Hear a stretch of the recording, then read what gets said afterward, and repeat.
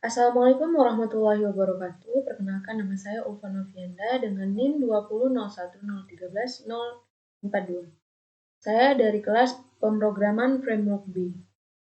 Nah, di sini saya akan menjelaskan tentang kelebihan dan kelemahan dari jenis-jenis pemrograman framework. Yang pertama, ada CodeIgniter dengan kelebihan yang pertama yaitu performa yang cepat. Framework ini diklaim memiliki performa yang cukup cepat dibandingkan framework seperti Cake, Symfony, Y, dan Laravel.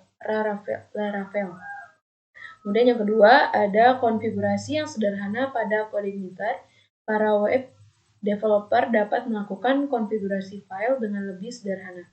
Yang ketiga, ada banyak komunitas. Dari sekian banyaknya komunitas CodeIgniter, para web developer dapat bertukar pikiran, berbagi informasi, serta mendapatkan wawasan baru terkait dengan framework PHP yang satu ini.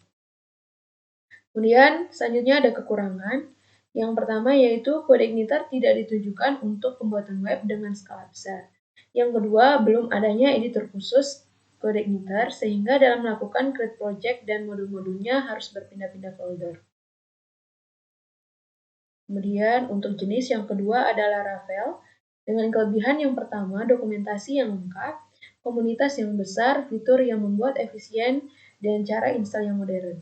Kemudian ada kekurangan. Yang pertama, tidak mudah memahami untuk pertama kali, update versi terlalu cepat, install di server tidak semudah CodeIgniter, dan yang terakhir relatif lebih berat. Jenis yang ketiga yaitu ada kelebihan. Yang pertama, sangat berlimpah pasti akan fungsi yang mendebarkan dan selanjutnya pas untuk kemajuan sebuah outlet online. Kemudian yang kedua, penginstalan dapat dilakukan secara offline menggunakan Xampp atau cPanel. Yang ketiga, pilihan plugin yang berbagai macam. Kemudian yang keempat, sudah umum dan beberapa digunakan melalui beberapa outlet online yang umum dan sukses. Selanjutnya ada kekurangan, resource yang substansial raksasa sehingga mengakibatkan Magento biasanya cenderung lebih besar dan kuat dan lama untuk melaksanakan kode. Kemudian yang selanjutnya, jenis selanjutnya ada Pulson. Yang pertama itu ada kelebihan cepat, sangat cepat, begitu dengan sangat cepat yang ditulis dalam bentuk si cepat. Kemudian yang kedua, kelebihan nomor 2 yaitu kode MVC. Ini berbentuk tradisional. Bagian dari PHP ini sangat begitu mirip dan tidak terlalu jauh berbeda dengan kerangka kerja MVC lain yang ada. Kemudian kelebihan yang selanjutnya ada faktor yang keren. Selanjutnya ada kekurangan. Yang pertama, ekstensi yang begitu terkompilasi atau penginstalannya yang begitu kompleks, tidak mungkin mudah di search hosting. Kemudian ada kekurangan nomor 2 yaitu begitu mudah dibandingkan atau disandingkan dengan kompetisi. Dan yang terakhir, jika ada kesalahan terjadi di framework itu, Anda harus mendebug atau memperbaiki error yang ada di C. Kemudian jenis selanjutnya ada E-Framework. Dengan kelebihan yang pertama praktis dan mudah, keamanan sudah pasti. Yang ketiga ada caching yang fantastis, cocok untuk mempersingkat waktu. Dan kekurangannya yaitu lambat mengadopsi teknologi baru. Yang kedua, keputusan tidak diambil oleh satu orang.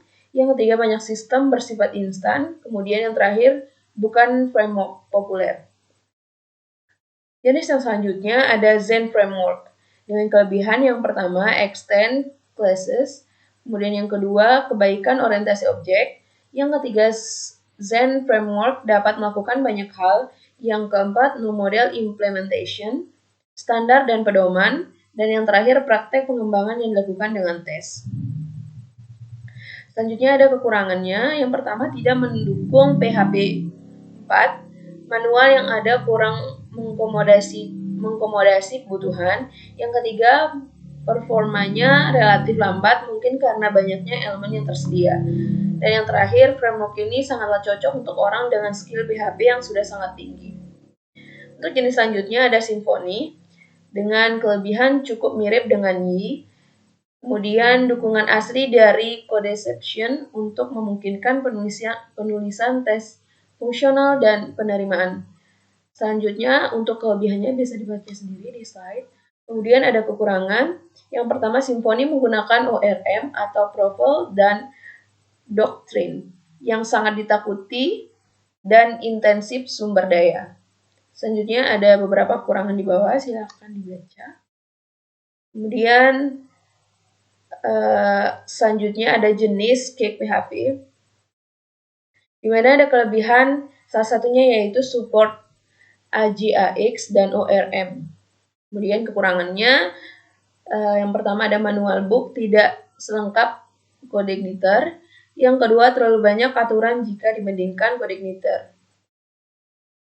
Yang ketiga, butuh waktu belajar lama jika ingin menguasai framework ini. Untuk jenis selanjutnya ada full PHP. Dengan kelebihan salah satunya yaitu lebih mudah dalam mengembangkan sebuah aplikasi sebab pemisahan bagian pada data. Untuk kelebihan selanjutnya bisa dibaca di slide. Kemudian ada kekurangan, full PHP didesain hanya untuk PHP versi 5.3, belum menjadi standar yang diimplementasikan pada banyak web server. Dan jenis pemrograman framework yang terakhir ada Lumen. Dengan kelebihan yang pertama itu ada pertama dan terpenting dokumentasi yang sangat baik. Kemudian ada dukungan pihak ketiga yang baik, dan kelebihan selanjutnya silakan baca di slide. Selanjutnya ada kekurangan. Kekurangan dari Lumen yaitu yang pertama masih tidak secepat Slim, Silex atau Falcon, tidak peduli apa yang dinyatakan dalam dokumentasi resmi. Kemudian yang kedua ada ukurannya tidak membuatnya seperti micro framework, dan kekurangan yang terakhir yaitu jika Anda tidak suka Laravel, demikian pula dengan framework ini. Demikian penjelasan tentang jenis-jenis pemrograman framework dari saya. Lebih kurangnya mohon maaf. Wabillahi taufiq wal hidayah. Wassalamualaikum warahmatullahi wabarakatuh.